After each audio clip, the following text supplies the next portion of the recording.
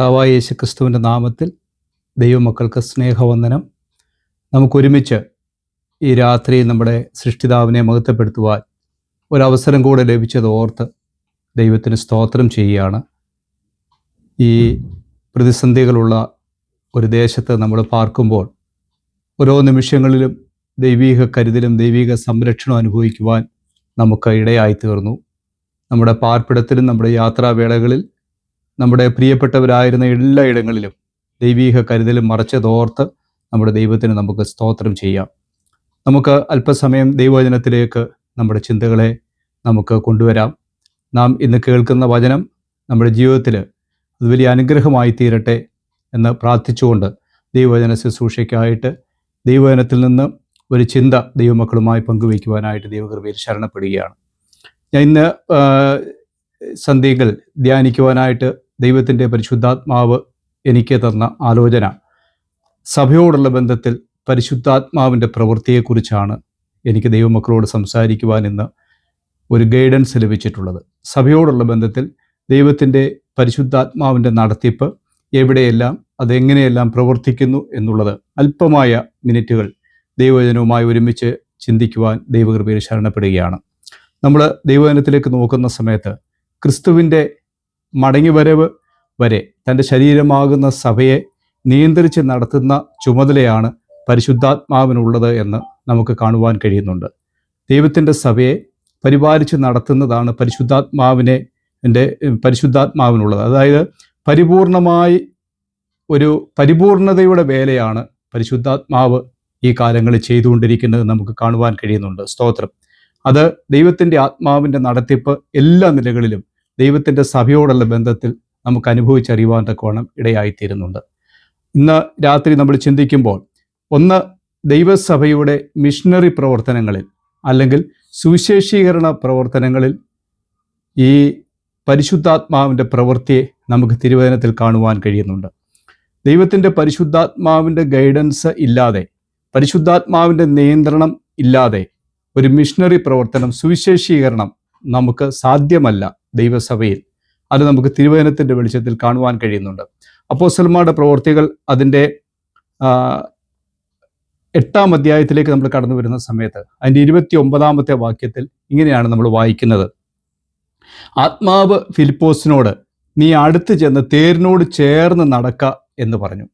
ഇവിടെ നമ്മൾ കാണുന്നത് ദൈവത്തിൻ്റെ പരിശുദ്ധാത്മാവ് ഇവിടെ ഫിലിപ്പോസിനോട് പറയുന്ന ഒരു വാക്കാണ്. ദൈവത്തിൻ്റെ പരിശുദ്ധാത്മാവ് ഫിലിപ്പോസിനെ ഉദ്യമിപ്പിച്ചുകൊണ്ട് പോവുകയാണ്. ആത്മാവ് ഫിലിപ്പോസിനോട് നീ അടുത്ത് ചെന്ന് തേരിനോട് ചേർന്ന് നടക്ക എന്ന് പറഞ്ഞു. ആ ഭാഗം നമ്മൾ കാണുന്ന സമയത്ത് അത് ആരെക്കുറിച്ചാണ് പറഞ്ഞിരിക്കുന്നത് എന്ന് 8-ാം അധ്യായത്തിൽ നമുക്ക് കാണുവാൻ കഴിയുന്നുണ്ട്. ഇപ്പോൾ നമ്മൾ വായിച്ചു കേട്ടതായ തിരുവചന ഭാഗം 8-ാം അധ്യായത്തിൻ്റെ 29-ാമത്തെ വാക്യമാണ്. എന്നാൽ അതിൻ്റെ മുൻപുള്ളതായ ചില വാക്യങ്ങളിലേക്ക് നമ്മൾ കടന്നു പോകുന്ന സമയത്ത് നമുക്ക് കാണുവാൻ കഴിയും. അതിൻ്റെ 26 മുതലുള്ള വാക്യങ്ങൾ ഇങ്ങനെയാണ് വായിക്കുന്നത്: അനന്തരം കർത്താവിൻ്റെ ദൂതൻ ഫിലിപ്പോസിനോട് നീ എഴുന്നേറ്റ് തെക്കോട്ട് യെരുശലേമിൽ നിന്ന് ഗസയ്ക്കുള്ള നിർജ്ജനമായ വഴിയിലേക്ക് പോക എന്ന് പറഞ്ഞു. അവൻ പുറപ്പെട്ട് ചെന്നപ്പോൾ കന്നക്ക എന്ന എത്യോപ്യ രാജ്ഞിയുടെ ഒരു ഷണ്ഡനും മഹാനും അവളുടെ സകല ഭണ്ഡാരത്തിനും മേൽവിചാരകനുമായ ഒരു എത്യോപ്യനെ കണ്ടു. അവൻ യെരുശലേമിൽ നമസ്കരിക്കുവാൻ വന്നിട്ട് മടങ്ങിപ്പോകയിൽ തേരിലിരുന്ന് യെശയ്യാപ്രവാചകന്റെ പുസ്തകം വായിക്കുകയായിരുന്നു എന്ന് നമ്മൾ വായിക്കുന്നു.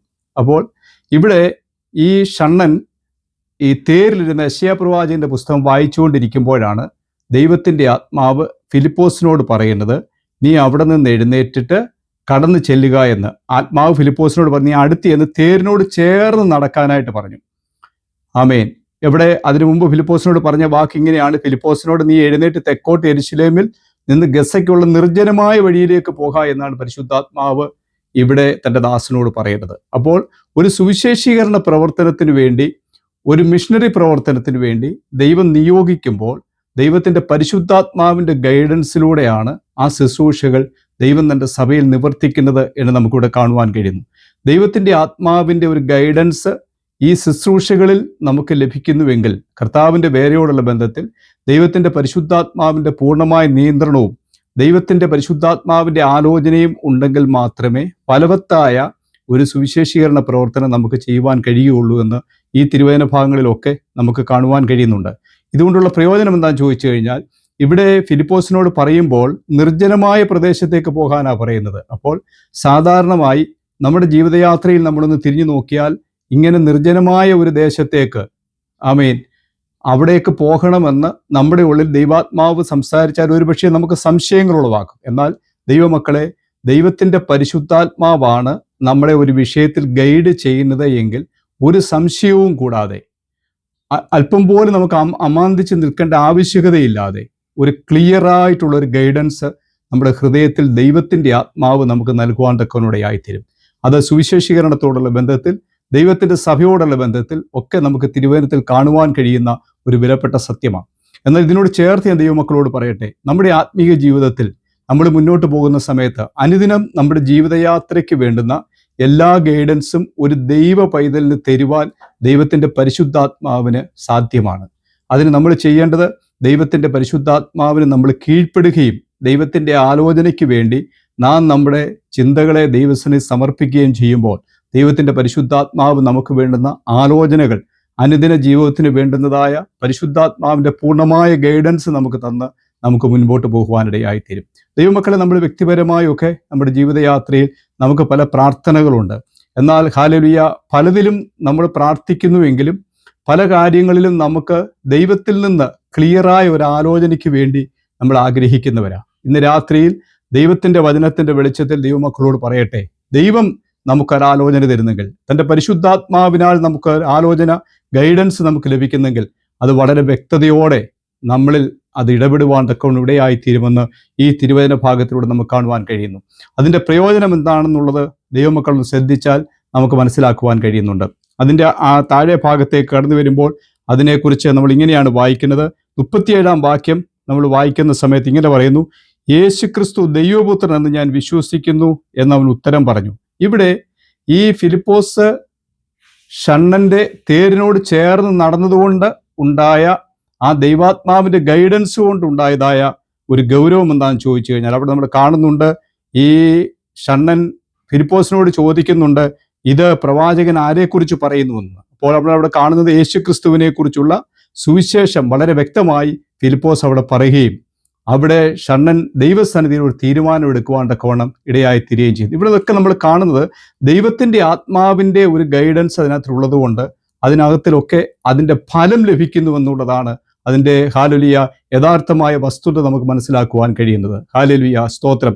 അത് ദൈവരാജ്യത്തിന് വേണ്ടി പ്രവർത്തിക്കുമ്പോഴും നമ്മുടെ വ്യക്തിപരമായ ആത്മീക ജീവിതത്തിലും നമ്മുടെ വ്യക്തിപരമായ ഈ ലോക ജീവിതത്തിലും ദൈവത്തിൻ്റെ ആത്മാവിൻ്റെ ഒരു ഗൈഡൻസ് ആണ് നമ്മളെ പൂർണ്ണമായി നടത്തുന്നത് എങ്കിൽ അത് നമുക്ക് വളരെ ഫലവത്തായ നമ്മുടെ ജീവിതയാത്രയിൽ പ്രയോജനകരമായി തീരും എന്നതിന് സംശയമില്ല. സ്തോത്രം, ഹല്ലേലൂയ. അതുകൊണ്ട് ഇന്ന് രാത്രിയിൽ ദൈവത്തിൻ്റെ ആത്മാവ് പൂർണ്ണമായും നമ്മളിൽ പ്രവർത്തിക്കുവാൻ നാം ദൈവസ്ഥലം ഏൽപ്പിച്ചു കൊടുക്കണമെന്ന് ഈ വചനഭാഗങ്ങളൊക്കെ വളരെ വ്യക്തമായിട്ട് നമ്മളെ ഓർമ്മിപ്പിക്കുകയാണ്. അടുത്തൊരു വചനഭാഗം കൂടി ദൈവജനത്തെ വായിച്ച് കേൾപ്പിക്കുവാൻ ആഗ്രഹിക്കുന്നു. നമ്മൾ അപ്പോസ്തലന്മാരുടെ പ്രവൃത്തിയിൽ തന്നെ 10-ാം അധ്യായത്തിൻ്റെ അതിൻ്റെ 19-ാമത്തെ വാക്യം നമ്മൾ ഇങ്ങനെയാണ് വായിക്കുന്നത്. അപ്പോസ്തല പ്രവൃത്തി 10-ാം അധ്യായം 19-ാം വാക്യം.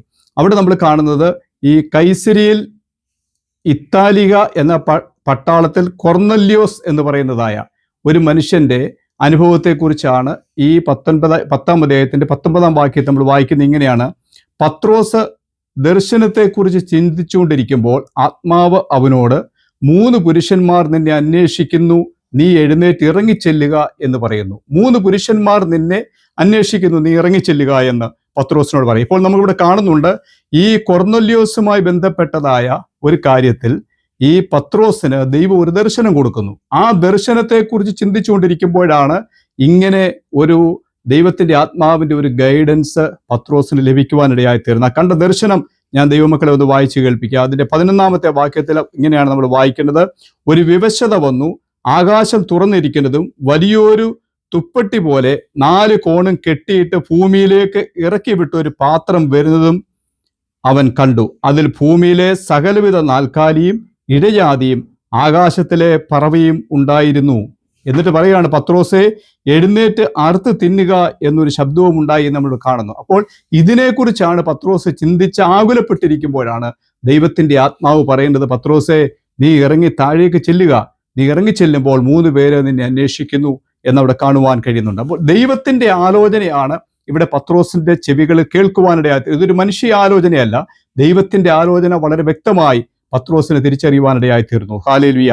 അവിടെ നമ്മൾ കാണുന്നുണ്ട്, അങ്ങനെ ദൈവത്തിന്റെ ആലോചന കേട്ടാണ് പത്രോസ് അവരുടെ കൂടെ ഇവിടെ കൊർന്നല്യോസിന്റെ ഭവനത്തിലേക്ക് പോകുന്നത്. അതുകൊണ്ട് എന്ത് സംഭവിച്ചു എന്ന് ചോദിച്ചു കഴിഞ്ഞാൽ, ദൈവാലോചന പോലെ ദൈവത്തിന്റെ പരിശുദ്ധാത്മാവിന് കീഴ്പ്പെട്ടുകൊണ്ട് നമ്മുടെ ശുശ്രൂഷകളെ നമ്മൾ മുൻപോട്ട് കൊണ്ടുപോകുമ്പോൾ അതിന് വളരെ ഫലം ലഭിക്കുന്നുവെന്ന് നമ്മൾ തിരുവചനത്തിൽ കാണുന്നുണ്ട്. അതിൻ്റെ ഈ 10-ാം അധ്യായത്തിന്റെ അവസാന ഭാഗങ്ങളിലേക്ക് വരുന്ന സമയത്ത് അതിന്റെ 44-ാം വാക്യത്തിൽ ഇങ്ങനെയാണ് നമ്മൾ വായിക്കുന്നത്: ഈ വാക്കുകളെ പത്രോസ് പ്രസ്താവിക്കുമ്പോൾ തന്നെ വചനം കേട്ട എല്ലാവരുടെ മേലും പരിശുദ്ധാത്മാവ് വന്നു. ഹല്ലേലൂയ. ഇവിടെ പത്രോസ് ചെന്നൊരു പ്രസംഗം അവരുടെ മുമ്പിൽ നടത്തുകയാണ്. ആ പ്രസംഗത്തിന്റെ പ്രത്യേകത എന്താണെന്ന് ചോദിച്ചു കഴിഞ്ഞാൽ, ആ പ്രസംഗത്തിന് ജീവൻ ഉണ്ടായിരുന്നു. ആ പ്രസംഗം ജീവിപ്പിക്കുന്നതായിരുന്നു. വെറും വാക്കുകളുടെ ഒരു പ്രകടനമായിരുന്നില്ല.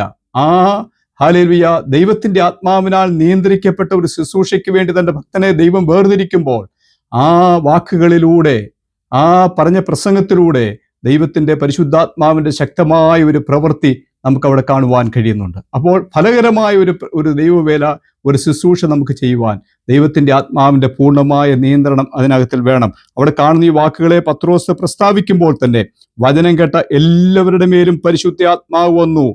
അവർ അന്യഭാഷകളിൽ സംസാരിക്കുന്നതും ദൈവത്തെ മഹത്വീകരിക്കുന്നതും കേൾക്കിയാൽ പത്രോസിനോട് കൂടെ വന്ന പരിച്ഛേദനക്കാരായ വിശ്വാസികൾ പരിശുദ്ധാത്മാവെന്ന ദാനം ജാതികളുടെ മേലും പകർന്നത് കണ്ട് വിസ്മയിച്ചു എന്നാണ്. ഹല്ലേലൂയ. പരിശുദ്ധാത്മാവെന്ന ദാനം ജാതികളുടെ മേലും പകർന്നത് കണ്ട് വിസ്മയിച്ചു പോയി എന്നാണ്. നമ്മെ പോലെ പരിശുദ്ധാത്മാവ് ലഭിച്ച ഇവരെ സ്നാനം കഴിപ്പിച്ചു കൂടാതെ വെള്ളം വിലക്കുവാൻ ആർക്ക് കഴിയുമെന്ന് പറഞ്ഞു. അതേ ദൈവത്തിന്റെ മക്കളെ, ഏറ്റവും ശ്രേഷ്ഠമായ, ഏറ്റവും ഫലകരമായ ഒരു പ്രവൃത്തി ദൈവം തന്റെ ആത്മാവിനാൽ നിവർത്തിച്ചെടുക്കുക. ദൈവമക്കളെ ശ്രദ്ധിച്ചു കേൾക്കണമേ. ഈ കൊർന്നല്യോസിനോട് ദൈവത്തിന്റെ ആത്മാവിന്റെ പ്രവൃത്തി അല്ലായിരുന്നുവെങ്കിൽ ഇങ്ങനെ ഒരു കാര്യം ഇവിടെ സംഭവിക്കുകയില്ല. ദൈവത്തിന്റെ പരിശുദ്ധാത്മാവ് ഒരു മനുഷ്യനിൽ ഇടപെട്ടാൽ, ഒരു വ്യക്തിയിൽ ഇടപെട്ടാൽ, ഒരു സമൂഹത്തിലേക്ക് ഇറങ്ങി വന്ന് പ്രവർത്തിക്കുവാനിടയായി തീർന്നാൽ, ഹല്ലേലൂയ, ആർക്കും അതിനെ തടുക്കുവാൻ കഴിയത്തില്ല. ഒരു അധികാര വർഗത്തിനും ഈ ശുശ്രൂഷയെ തടയുവാൻ കഴിയത്തില്ല. ഹല്ലേലൂയ. ഒന്നിനും പരിമിതി കൽപ്പിക്കുവാൻ കഴിയത്തില്ല. നമ്മുടെ മനസ്സുകളെ, നമ്മുടെ അന്തരാത്മാവിനെ കീറിമുറിക്കുവാൻ കഴിയുന്നതാണ് ദൈവത്തിന്റെ പരിശുദ്ധാത്മാവിന്റെ സാന്നിധ്യം എന്ന് പറയുന്നത്. അതുകൊണ്ടാണ് ദൈവത്തെ നമ്മൾ വായിക്കുന്നത്, ദൈവത്തിന്റെ വചനം ഇരുവായത്തിലുള്ള ഏത് വാളിനേക്കാളും മൂർച്ചയേറിയതാണ്. ഹല്ലേലൂയ, സ്തോത്രം. അത് ആത്മാവിനെ, പ്രാണനെ, സന്ധിമഞ്ചകളെ വിവേചിക്കും വരെ കയറി ചെന്ന് പ്രവർത്തിക്കുവാൻ കഴിയുന്ന ഒരു സാന്നിധ്യമാണ് ദൈവത്തിന്റെ പരിശുദ്ധാത്മാവിൻ്റെതെന്ന് പറഞ്ഞാൽ. അങ്ങനെയെങ്കിൽ ഈ ദൈവശബ്ദം ഇത് കേൾക്കുമ്പോൾ തന്നെ നമ്മുടെ ഉള്ളങ്ങളിലേക്ക് ഈ വചനം നമ്മളിൽ ക്രിയ ചെയ്യുമ്പോൾ, ഇവിടെയാണ് രോഗസൗഖ്യം നടക്കുന്നത്, ഇവിടെയാണ് നമുക്ക് രൂപാന്തരം സംഭവിക്കുന്നത്, ഇവിടെയാണ് മാനസാന്തരം സംഭവിക്കുന്നത്. ഹല്ലേലൂയ. ദൈവമക്കളെ, ഈ വചനത്തിന് നമ്മളിലേക്ക് ക്രിയ ചെയ്യുവാൻ കഴിയണമെങ്കിൽ പരിശുദ്ധാത്മാവെന്ന കാര്യസ്ഥൻ നമ്മൾ പ്രവർത്തിച്ചെങ്കിലേ കഴിയത്തുള്ളൂ. ഇല്ലെങ്കിൽ സാധാരണ നമ്മൾ വേദപുസ്തകം ഒന്ന് വായിച്ചു പോയാൽ ദൈവാത്മാവിന്റെ ഒരു പ്രവൃത്തി ഇവിടെ വെളിപ്പെടുന്നില്ലെങ്കിൽ വേദപുസ്തകം വായിക്കുന്നവർക്ക് ഇത് വെറും അക്ഷരമായിട്ടിരിക്കത്തേ ഉള്ളൂ. അക്ഷരം അത് കൊല്ലും, ആത്മാവ് ജീവിപ്പിക്കുമെന്നാണ്. ഹല്ലേലൂയ. അതുകൊണ്ട് ഇന്ന് ഈ രാത്രി ദൈവവചനം കേൾക്കുമ്പോൾ നമ്മുടെ കൈകളിലിരിക്കുന്ന വേദപുസ്തകം എടുത്ത് ദൈവവചനം വായിക്കുന്ന സമയത്ത് അത് പരിശുദ്ധാത്മാവ് നമ്മളിൽ പ്രവർത്തിക്കുവാൻ തക്കവണ്ണം. ആത്മാവ് നമ്മളിൽ പ്രവർത്തിച്ചാൽ ഇത് നമ്മൾ ജീവൻ വെപ്പിക്കും. ഹല്ലേലൂയ. നമ്മുടെ സന്ധിമഞ്ചകളിൽ, നമ്മുടെ ആത്മാവിൽ, നമ്മുടെ പ്രാണനിലേക്ക് തുളച്ചു ചെല്ലും. ഹല്ലേലൂയ. ഇന്ന് രാത്രിയിൽ ചില ഉള്ളങ്ങളിലേക്ക് ഇത് തുളച്ചു ചെല്ലും, ചില ഭവനങ്ങളിലേക്ക് തുളച്ചു ചെല്ലും. മാറ്റം വരുത്തുവാൻ കഴിയാത്തതൊന്നുമില്ല. ദൈവാത്മാവിനെ മാറ്റം വരുത്തുവാൻ കഴിയാത്തതൊന്നും ഇല്ല. ദൈവമക്കളെ, ഇന്ന് ഭാരപ്പെടുന്ന വിഷയങ്ങൾ കാണും. പല പ്രാർത്ഥനാ വിഷയങ്ങളുമായി ഈ കൂട്ടായ്മയിൽ സംബന്ധിക്കുന്നവരുണ്ട്. അവരിലേക്ക് ദൈവത്തിന്റെ ആത്മസാന്നിധ്യം ഇപ്പോൾ ഇറങ്ങുകയാണ്. ദൈവത്തിന്റെ പരിശുദ്ധാത്മാവിന്റെ സാന്നിധ്യം നമ്മളിലേക്ക് ഇറങ്ങുകയാണ്. ദൈവസഭകളിൽ രൂപാന്തരം വരുത്തുവാനിടയായിത്തീരും. ഹല്ലേലൂയ. എത്ര പ്രതികൂലങ്ങൾ ഉണ്ടെങ്കിലും, എത്ര പ്രതിസന്ധികൾ നമ്മുടെ ജീവിതത്തിലുണ്ടെങ്കിലും ദൈവവചനത്തിൽ ഒരു മാറ്റമില്ലാത്തതാണ്.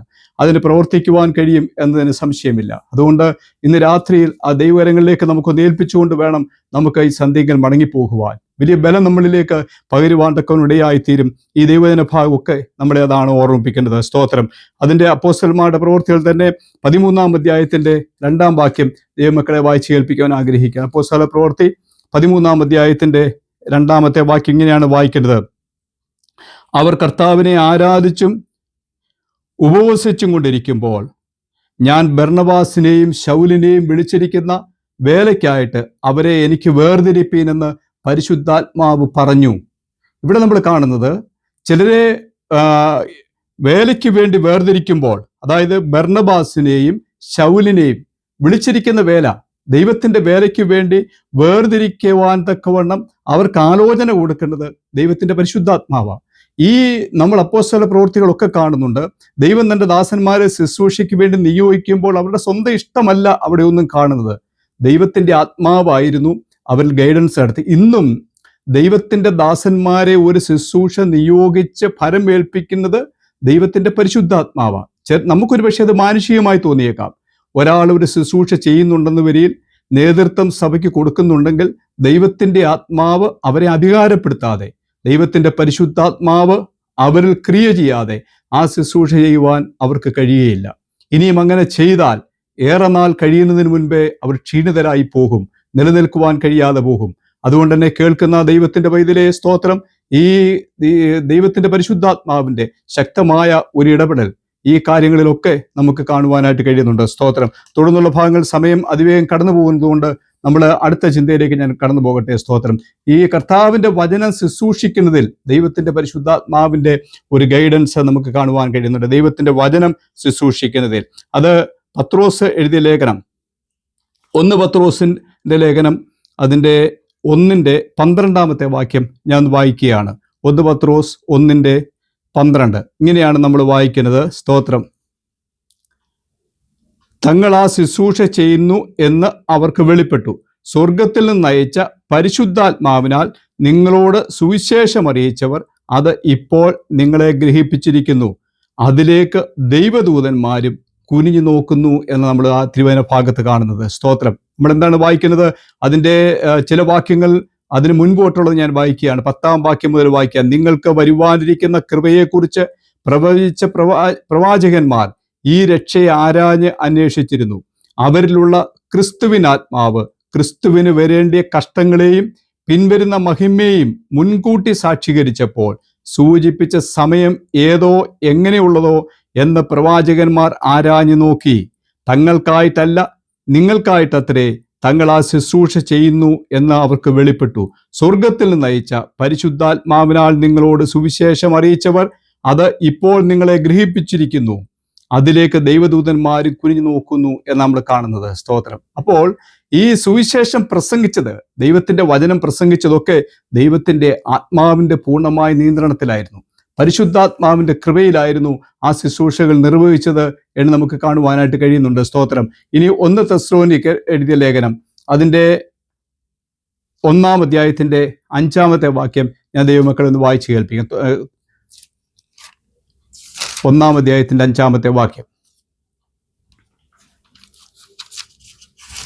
അവിടെ നമ്മൾ ഈ തിരുവചന ഭാഗത്ത് 1 തെസ്സലോനിക്കർക്ക് എഴുതിയ 1-ാം ലേഖനം 1:5 മുതലുള്ള വാക്യങ്ങൾ ദൈവമക്കളെ വായിച്ച് ഏൽപ്പിക്കുന്നു. ഞങ്ങളുടെ സുവിശേഷം വചനമായി മാത്രമല്ല, ശക്തിയോടും പരിശുദ്ധാത്മാവോടും ബഹുനിശ്ചയത്തോടും കൂടെ ആയിരുന്നു. നിങ്ങളുടെ അടുക്കൽ വന്നത് നിങ്ങളുടെ നിമിത്തം ഞങ്ങൾ നിങ്ങളുടെ ഇടയിൽ എങ്ങനെ പെരുമാറിയിരുന്നു എന്ന് അറിയുന്നുവല്ലോ. ബഹുകഷ്ടം സഹിക്കേണ്ടി വന്നിട്ടും നിങ്ങൾ പരിശുദ്ധാത്മാവിന്റെ സന്തോഷത്തോടെ വചനം കൈക്കൊണ്ടു ഞങ്ങൾക്കും കർത്താവിനും അനുകാരികളായി തീർന്നു എന്ന് നമ്മളിവിടെ കാണുകയാണ്. സ്തോത്രം. ഞങ്ങളുടെ സുവിശേഷം വചനമായി മാത്രമായിരുന്നില്ല, പിന്നെ എന്തൊക്കെയായിരുന്നു? ശക്തിയോടെയായിരുന്നു, പരിശുദ്ധാത്മാവോട് കൂടെയായിരുന്നു, ബഹുനിശ്ചയത്തോടു കൂടെയായിരുന്നു. അവര് പറഞ്ഞതായ ദൈവത്തിന്റെ വചനം എന്ന് പറയുന്നത് അവരുടെ സ്വന്തം ഇഷ്ടത്തിൽ നിന്നല്ല പറഞ്ഞത്. അതിനകത്തിൽ വളരെ നിശ്ചയദാർഢ്യത്തോടെയാണ് പറഞ്ഞത്. സുവിശേഷം വെറും വചനമായിട്ട് മാത്രമല്ല, അത് ശക്തിയോടുകൂടെയായിരുന്നു, പരിശുദ്ധാത്മാവോടും ബഹുനിശ്ചയത്തോടും കൂടെയായിരുന്നു. നിങ്ങളുടെ അടുക്കൽ വന്നത് നിങ്ങളുടെ നിമിത്തം ഞങ്ങൾ നിങ്ങളുടെ ഇടയിൽ എങ്ങനെ പെരുമാറിയിരിക്കുന്നുവെന്ന് അറിയുന്നുവല്ലോ. ബഹുകഷ്ടം സഹിക്കേണ്ടി വന്നിട്ടും നിങ്ങൾ പരിശുദ്ധാത്മാവിന്റെ സന്തോഷത്തോടെ വചനം കൈക്കൊണ്ടു എന്ന് നമ്മൾ കാണുന്നു. സ്തോത്രം. വളരെ കഷ്ടങ്ങൾ സഹിക്കേണ്ടി വന്നു. ഈ വചനം അനുസരിച്ച് നിൽക്കണമെന്ന് വരിയിൽ വളരെ കഷ്ടങ്ങൾ, വളരെ സഹിഷ്ണുത വേണം. പക്ഷെ അതെല്ലാം നമുക്ക് ലഭ്യമായി തീരുന്നതെന്ന് ചോദിച്ചു കഴിഞ്ഞാൽ ദൈവത്തിന്റെ പരിശുദ്ധാത്മാവ് നമ്മളിൽ വ്യാപരിക്കുമ്പോഴാണ് വചനം അനുസരിക്കുവാൻ, വചനത്തിൽ നിൽക്കുവാൻ ഒക്കെ നമുക്ക് കൃപ നൽകുന്നത്. അതിനൊരു ശക്തിയുണ്ട്. ഹല്ലേലൂയ, ഈ വചനത്തിന് അതിൻ്റെ ഒരു ശക്തി ദൈവം അതിൻ്റെ മേൽ പകർന്നിട്ടുണ്ട്. അതെങ്ങനെയാണ് ചോദിച്ചു കഴിഞ്ഞാൽ ദൈവത്തിൻ്റെ പരിശുദ്ധാത്മാവിൻ്റെ കൃപയാലാണ് അത് സാധ്യമായി തീരുന്നത്. സ്തോത്രം. അതുകൊണ്ട് ഇന്ന് ഈ ദൈവത്തിൻ്റെ വചനം ദൈവമക്കളോട് ശുശ്രൂഷിക്കുമ്പോൾ ഈ വചനത്തിൻ്റെ ഉള്ളിലെ ആത്മശക്തി നമുക്ക് മനസ്സിലാക്കുവാനിടയായി തീരും. ഒരാൾക്കൊരു വചനം അനുസരിക്കണമെന്ന് വരികയിൽ, ദൈവകൽപ്പന അനുസരിക്കണമെന്ന് വരിക. നാളുകളായി സുവിശേഷം കേൾക്കുന്നവരുണ്ട്, ദൈവശബ്ദം കേൾക്കുന്നവരുണ്ട്. ദൈവവചനം അനുസരിച്ച് ദൈവിക വ്യവസ്ഥ പ്രകാരം കർത്താവായ യേശുക്രിസ്തുവിനെ നാഥനും രക്ഷകനുമായി സ്വീകരിച്ച് ദൈവകൽപ്പനയാകുന്ന ക്രിസ്തീയ സ്നാനം സ്വീകരിച്ച് പരിശുദ്ധാത്മാഭിഷേകം പ്രാപിച്ച് വിശുദ്ധിയിലും വേർപാടിലും ജീവിക്കണമെന്ന് അറിയാവുന്ന ദൈവമക്കൾ ഏറെ പേരും അതനുസരിക്കാതെ വീണ്ടും മറുതലിച്ച് കാര്യസാധ്യത്തിന് വേണ്ടി മാത്രം അവിടെ പ്രാർത്ഥനകളും ആരാധനകളും കഴിച്ച് ഒരു കൂട്ടായ്മയിൽ കൂടുന്നത് ഒരു കാര്യസാധ്യത്തിന് വേണ്ടി മാത്രം, എന്തെങ്കിലും ഒരു കാര്യം സാധിച്ചെടുക്കുക, താൽക്കാലികമായ ഒരു നേട്ടത്തിന് വേണ്ടി മാത്രം ഇതിനെ കണ്ട് ജീവിക്കുന്നവരുണ്ട്. അവരിൽ ഈ പരിശുദ്ധാത്മാവിന്റെ ശക്തി വ്യാപരിക്കുവാനിടയായി തീരുകയില്ല. കാരണം അവര് നാളുകളായി പരിശുദ്ധാത്മാവിനോട് മറുതലിക്കുന്നവരാ, ദൈവിക വ്യവസ്ഥയോട് അനുസരണക്കേട് കാണിക്കുന്നവരാ. അതുകൊണ്ട് എന്നെ കേൾക്കുന്ന ദൈവത്തിന്റെ പൈതലേ, അവൻ നമ്മുടെ ശാപത്തിനല്ല, ഹല്ലേലൂയ, നിന്ദയ്ക്കും പരിഹാസത്തിനുമല്ല ദൈവം നമ്മളെ വിളിച്ച്. ഈ ലോകത്ത് നിന്നയുണ്ട്, പരിഹാസമുണ്ട്. അതെങ്ങനെയാണെന്ന് ചോദിച്ചു കഴിഞ്ഞാൽ നാം ദൈവവചനം അനുസരിക്കുവാൻ നമ്മളെ സമർപ്പിക്കുമ്പോൾ അതിലുള്ളതായ ഒരു പരിഹാസം എന്താണെന്ന് ചോദിച്ചു കഴിഞ്ഞാൽ, നാം ദൈവവചനത്തിന് വേണ്ടി നിൽക്കുമ്പോൾ ഹല്ലേലൂയ പല കാര്യങ്ങളും നമുക്ക് നോ പറയേണ്ടി വരും. പലതിനോടും നമുക്ക് ഹല്ലേലൂയ സന്ധിയിൽ ഏർപ്പെടാൻ കഴിയാതെ വരും. അപ്പോൾ നമുക്ക് ചില പരിഹാസങ്ങൾ ഏർപ്പെടും, ചില നിന്ദകൾ നമുക്ക് സഹിക്കേണ്ടി വരും, ചില കഷ്ടതകൾ സഹിക്കേണ്ടി വരും. അത് ക്രിസ്തു നിമിത്തം ഛേദമെന്ന് എണ്ണണമെന്ന ദൈവത്തിന്റെ ആത്മാവ് നമ്മളെ ഓർമ്മിപ്പിക്കേണ്ടത്. അതുകൊണ്ട് തന്നെ കേൾക്കേണ്ട ദൈവത്തിന്റെ പൈതലേ, ഹല്ലേലൂയ, ഈ പരിശുദ്ധാത്മാവിന്റെ ശക്തി, ഈ കൃപ, ഹല്ലേലൂയ, ആദിമ സഭയിൽ ഉണ്ടായിരുന്നത് പോലെ ഇന്നും ദൈവസഭയുടെ അനുദിന പ്രവർത്തനങ്ങളിൽ, കൂട്ടായ്മകളിൽ നമുക്ക് അനുഭവിച്ചറിയുവാനിടയായി തീർന്നു. നമുക്കെല്ലാവർക്കും ആ ദൈവകൃപ അനുഭവിച്ചറിയുവാൻ തക്കനിടയായി തീരട്ടെ. ഇന്ന് രാത്രിയിൽ ഹല്ലേലൂയ ഏറെ ദീർഘിച്ചു പോകുവാൻ ആഗ്രഹിക്കുന്നില്ല. ചില വാക്യങ്ങൾ കൂടെ ദൈവമക്കളെ ഒന്ന് വായിച്ചു കേൾപ്പിക്കുവാൻ ഞാൻ ആഗ്രഹിക്കുകയാണ്. സ്തോത്രം. പ്രാർത്ഥനയിൽ പരിശുദ്ധാത്മാവിന്റെ കൃപ വ്യാപരിക്കുന്നത് നമുക്ക് കാണുവാൻ കഴിയുന്നുണ്ട്. പ്രാർത്ഥനയിൽ സ്തോത്രം. എഫേസ്യ ലേഖനം നമ്മൾ എടുക്കുന്ന സമയത്ത് എഫേസ്യ ലേഖനം അതിൻ്റെ 6-ാം അധ്യായത്തെ 18-ാമത്തെ വാക്യം ഞാൻ ഒന്ന് വായിച്ചു കേൾപ്പിക്കാം. എഫേസ്യ ലേഖനം 6-ാം അധ്യായം 18-ാം വാക്യം. അവിടെ ഇങ്ങനെയാണ് നമ്മൾ വായിക്കുന്നത്. സ്തോത്രം. സകല പ്രാർത്ഥനയാലും യാചനയാലും ഏത് നേരത്തും ആത്മാവിൽ പ്രാർത്ഥിച്ചും അതിനായി ജാഗരിച്ചും കൊണ്ട് സകല വിശുദ്ധന്മാർക്കും എനിക്കും വേണ്ടി പ്രാർത്ഥനയിൽ പൂർണ്ണ സ്ഥിരത കാണിപ്പീനെന്ന പരിശുദ്ധാത്മാവിൽ പ്രാർത്ഥിക്കണമെന്ന അപ്പോസ്തലനായ പൗലോസ് ഇവിടെ എഫേസ്യർക്ക് ലേഖനം എഴുതുമ്പോൾ നമ്മളെ പ്രബോധിപ്പിക്കുന്നത്. ആത്മാവിൽ പ്രാർത്ഥിക്കണം. ഹല്ലേലൂയ. നമുക്ക് ബുദ്ധി കൊണ്ട് പ്രാർത്ഥിക്കാൻ കഴിയും, പരിശുദ്ധാത്മാവിലും പ്രാർത്ഥിക്കാൻ കഴിയും. രണ്ടിനും രണ്ട് തലങ്ങളാണെന്നുള്ള ദൈവാത്മാവ് നമ്മളെ ഓർമ്മിപ്പിക്കുകയാണ്. ആ പരിശുദ്ധാത്മാവിന്റെ നിറവിൽ പ്രാർത്ഥിക്കുമ്പോൾ നമ്മുടെ പ്രാർത്ഥനയുടെ തലങ്ങൾ മാറും. ഹല്ലേലൂയ. നമ്മൾ വിട്ടുപോകുന്ന കാര്യങ്ങളുണ്ട്, ചില കാര്യങ്ങൾ നമ്മുടെ ശ്രദ്ധയിൽ വരാത്തതുണ്ട്. ഹല്ലേലൂയ. അവിടെയൊക്കെ ആത്മാവ് നമുക്ക് വേണ്ടി തുണ നിൽക്കുന്നു എന്ന് നമുക്ക് കാണുവാൻ കഴിയുന്നുണ്ട്.